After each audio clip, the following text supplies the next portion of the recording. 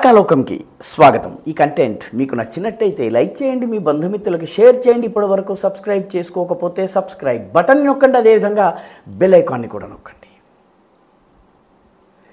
గుజరాత్లోని అత్యంత ప్రధాన పట్టణమైనటువంటి అహ్మదాబాదులో ఒక అద్భుతం జరిగింది. 614 సంవత్సరాల క్రితం ఆగిపోయినటువంటి ఒక అద్భుతమైనటువంటి దేవాలయ ప్రక్రియ మళ్ళీ ప్రారంభమైంది. ఈ ఫిబ్రవరి 26న ఆ యాత్ర మళ్ళీ ప్రారంభమైంది. అహ్మదాబాద్ అధిష్టాత్రి దేవత భద్రకాళి. ఈ భద్రకాళి అమ్మవారికి ప్రతి సంవత్సరము శివరాత్రి సమయంలో, అదేవిధంగా విజయదశమి సమయంలో అమ్మవారికి సంబంధించినటువంటి, అమ్మవారు నగర దేవత కాబట్టి నగర పరిక్రమ చేసి తన ప్రజలు ఎలా ఉన్నారో చూసుకునేందుకు అమ్మవారు దేవుడే భక్తుణ్ణి చూడటానికి వచ్చినట్టుగా ఆమె ఊరంతా తిరిగేవారు. దీనిని నగర దేవతాక నగర పరిక్రమ అనేవాళ్ళు.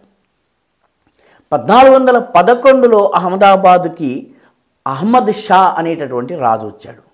ఈ రాజు వచ్చిన తరువాత అత్యాచారాల పర్వం ప్రారంభమైంది, అన్యాయాల పర్వం ప్రారంభమైంది. హిందూ జనత మీద కనీవిని ఎరుగని అత్యాచారాలు ప్రారంభమైనాయి. దీనితో 1411లో ఈ నగర పరిక్రమను ఆపేశారు.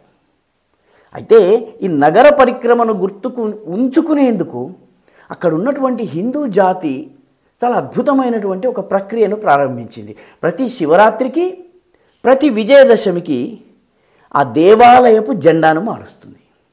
దేవాలయపు జెండా మార్చి అమ్మవారిని దేవాలయ ప్రాంగణంలోనే ఊరేగించి అమ్మవారి నగర పరిక్రమ అయినట్టుగా భావించేవాళ్ళు. అంటే 614 సంవత్సరాలు నగర పరిక్రమ, నగర దేవత నగర పరిక్రమ అనేటటువంటి ఆచారాన్ని వాడు కాపాడి ఉంచారు. 614 సంవత్సరాల తరువాత ఈసారి శివరాత్రికి నగర దేవత భద్రకాళి అమ్మవారి నగర పరిక్రమ జరిగింది. దాదాపు 5-6 వేల మంది పాల్గొన్నారు. ఒక 60-70 శకటాలు పాల్గొన్నాయి. అనేక మంది మోటార్ సైకిల్తో ర్యాలీ చేశారు. నినాదాలతో అహ్మదాబాద్ అంతా మార్మోగిపోయింది. ఇది అహ్మదాబాదులో ఉన్నటువంటి తీన్ దర్వాజా నుంచి ప్రారంభమై బాబా మాణిక్ నాథ్ ఆయన పేరు, బాబా మాణిక్ నాథ్ ఒక సమాధి స్థలము, అదేవిధంగా Manik Chowk, Danapith, Ahmedabad municipal corporation office, అదేవిధంగా ఖామాసా, ఇలాంటి అన్ని ప్రదేశాలను తిరిగిన తర్వాత జమాల్పూర్ ఖాడియా ప్రాంతంలో ఉన్నటువంటి జగన్నాథ మందిరం దాకా వెళ్ళి అక్కడి నుంచి మహాలక్ష్మి అమ్మవారి దగ్గరికి వరకు ఈ యాత్ర జరిగింది.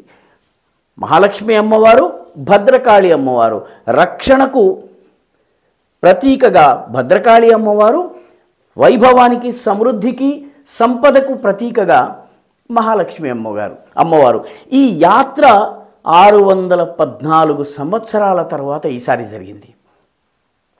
ప్రజలు ఆనందోత్సాహాలతో, కొందరైతే తరతరాలుగా ఈ యాత్రను నిర్వహిస్తూ వస్తున్నటువంటి కుటుంబాలు ఏవైతే ఉన్నాయో, కేవలం మందిరంలోనే నిర్వహించే కుటుంబాలైతే వాళ్ళు ఎమోషనల్ అయిపోయి కన్నీరు కార్చడం కూడా జరిగింది. వీళ్ళందరూ ఈ రకంగా తిరిగి వచ్చారు. నిజానికి అహ్మదాబాద్ అసలు పేరు కర్ణావతి అన్న పేరును అహ్మదాబాద్గా మార్చారు అహ్మద్ షా అనేటటువంటి ఆ రాజు. ఆయన అక్కడ ఒక బురుజును నిర్మించి హిందువుల్ని అణిచివేసేందుకు ప్రయత్నిస్తే ఈ బాబా మాణిక్నాథ్ ఎవరైతే ఉన్నారో ఈయన రోజంతా ఒక కంబళి నేస్తూ ఉండేవాడు. వాడు బురుజు నిర్మిస్తున్నంతసేపు ఈయన కంబళి నేస్తూ ఉండేవాడు. బురుజు నిర్మించి రాత్రి పడుకోవడానికి వెళ్ళగానే ఈయన కంబళిని దులిపేవాడు. కంబళిని దులిపిన వెనువెంటనే ఆ భవనము కుప్పకూలిపోయేది, ఆ బురుజు కుప్పకూలిపోయేది. ఇలాగ బురుజు ఏ రోజు కూడాను పూర్తి నిర్మాణం జరగలేదు. అంటే వాస్తవానికి కంబళి ఇదంతా కూడాను ఒక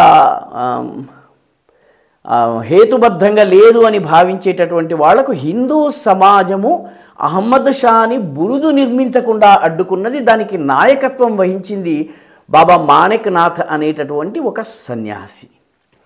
సన్యాసి నాయకత్వంలో బురుజు నిర్మాణం కాకుండా చేసినటువంటి పని జరిగింది. ఇది గమనించాల్సినటువంటి విషయం.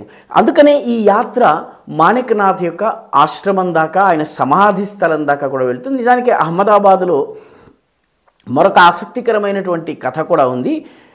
అహ్మద్ షా పరిపాలన మొదలు కాగానే అహ్మదాబాద్లో ఉన్నటువంటి వ్యాపారులు, వర్తకులు వీళ్ళందరూ కూడాను ఊరొదిలి పారిపోవడానికి సిద్ధమయ్యారు.